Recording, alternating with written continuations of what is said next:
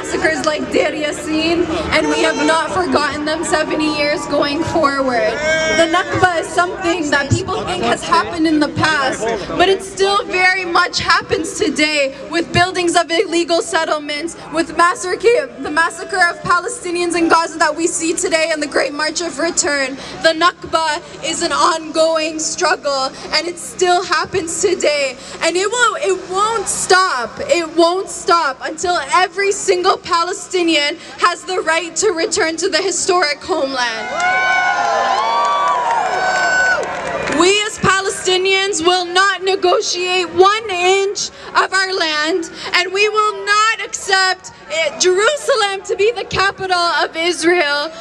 Jerusalem, Akka, Haifa, Yafa, Bisan, Safad is all Palestinian.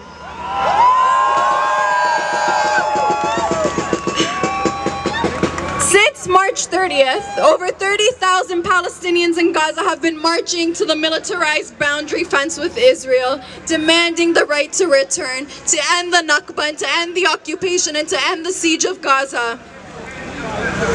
Over 44 unarmed protesters have been shot dead. And this is a peaceful protest. We're not even engaging in armed resistance. And Israel still sees this as a threat because they're threatened by our cultural heritage, by our identity, by our history, and by the Palestinian plight. Shame indeed.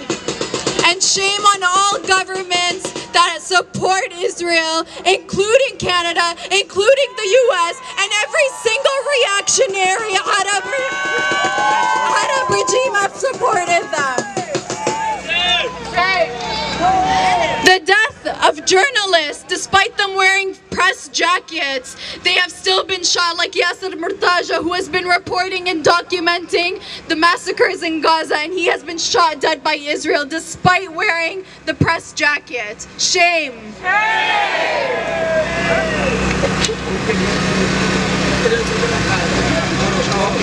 Now remember, folks, the media has been trying to frame these events as clashes between unarmed protesters and the Israeli army.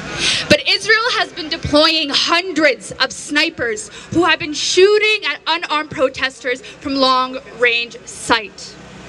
Shame! Shame! The Israeli government has been justifying these killings by calling these protests unruly, disruptive, and my personal favorite, promoting terrorism. But under international law, Palestinians have the right to return to their homes and properties as stipulated in UN Resolution 194, which derives from the Universal Declaration of Human Rights. For over 70 years, the Israeli government, along with Israeli apologists, have tried to frame these issues as merely a religious war between Palestinians and Jews. But all of us here know that this is an insulting representation of reality.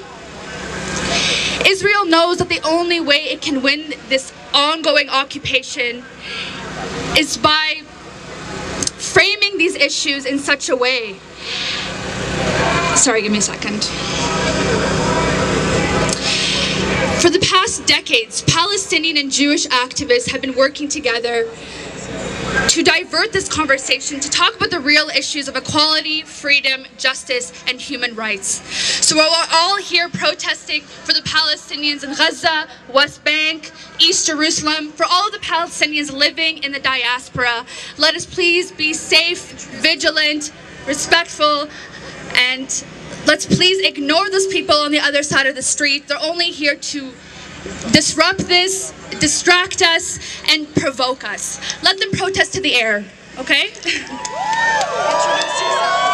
Oh, and I'm Rahda Habal. Hi. Also, hi, my name is Lena.